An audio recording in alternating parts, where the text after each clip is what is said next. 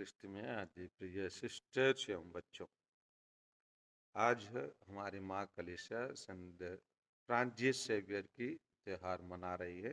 जो त्योहार हम कल मनाने था, लेकिन इतवार के दिन हम प्रभु का दिन है, इसीलिए हम इतवार के दिन कोई भी त्योहार प्रभु मसीह के त्योहार छोड़ के अन्य त्योहारों को हम दूसरे दिन में हम मनाते हैं।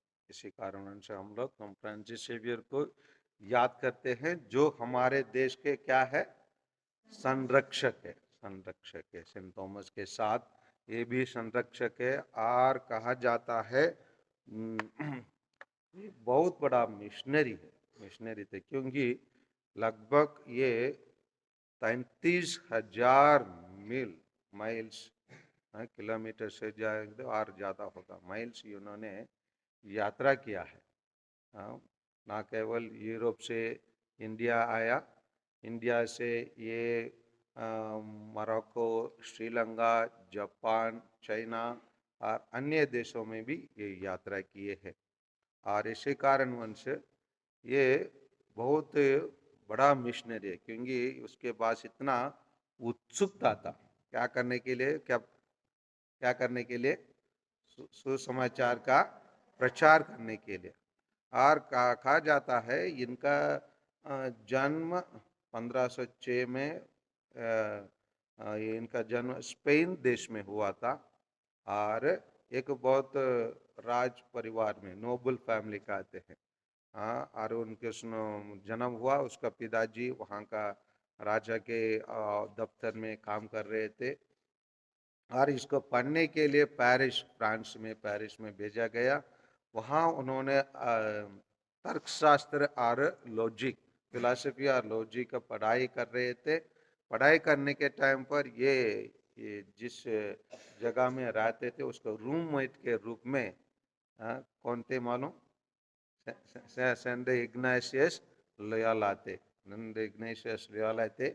और उनसे ये इस वचन को सुनने के लिए मौका मिला। पहले भी सुनते हो, लेकिन कुछ वाक्य उसके लिए बहुत आकर्षित पूर्ण रहा और उसके जीवन को बदल डाला। वो वचन कौन सा है?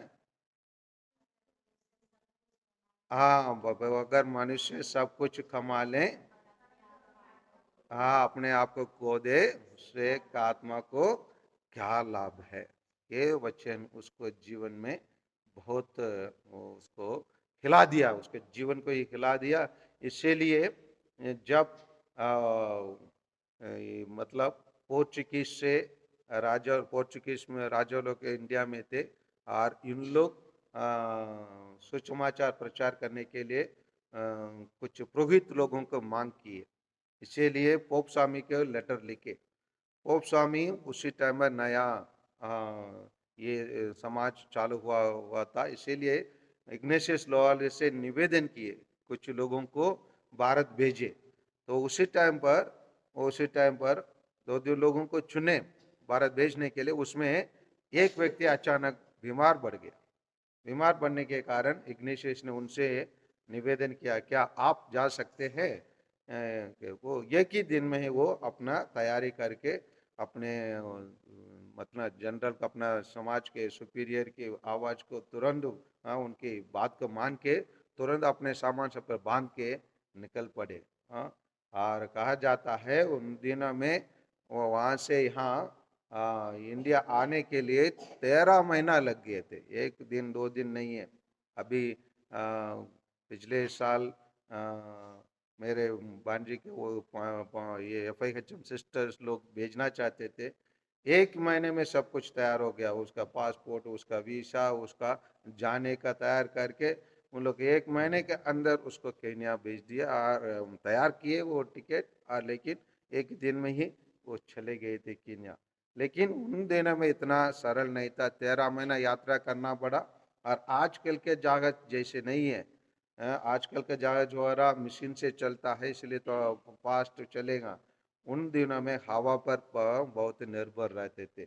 हवा जैसे जिस तरीके रास्ते में लेके जाएंगे उस तरह से जाना है, नहीं तो बीच में रात में रास्ते में खड़े रहना पड़ता है मौसम बदलने के लिए। और कहा जाता है उसके साथ बहुत सारे लोग जो यात्रा कर रहे थे उन लोग रास्ते में मर भी जाते थे, बहुत सारा बीमारी होते थे।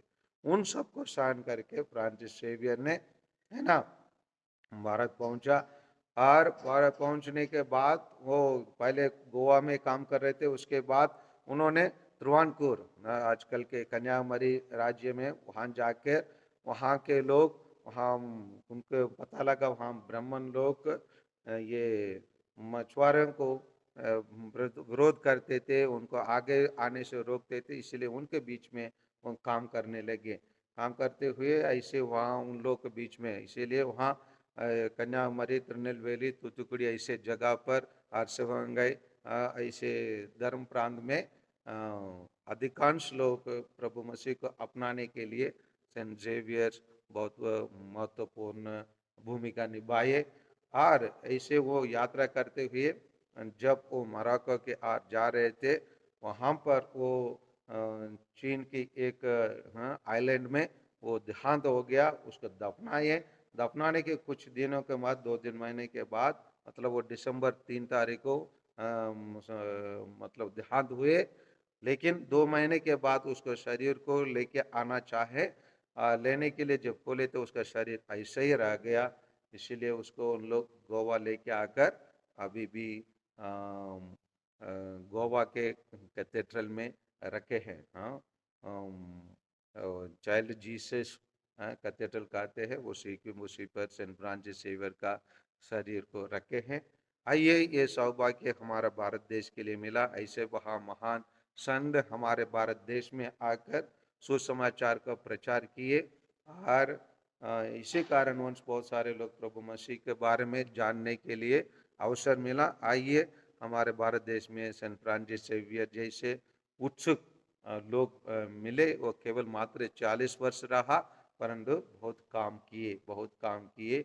उनके समान आजकल यात्रा करके काम करने वाले बहुत कम लोग हैं। जहाँ अभी बहुत बहुत सारा सुविधा है, सुविधा होने के बावजूद काम कम करते हैं। लेकिन उन दिनों में उसका काम, सुविधा कम रहने के बावजूद इतना उत्सुक रहा प्रभु यीशु के लिए काम करने के लिए, और अपना समाज के सुपीरियर इग्नेशियस को आज्ञा पालन करने के लिए वो धात पर रहे। हम भी उनके समान काम करने के लिए आइए हम अपने आप को समर्पित करें। आमीन।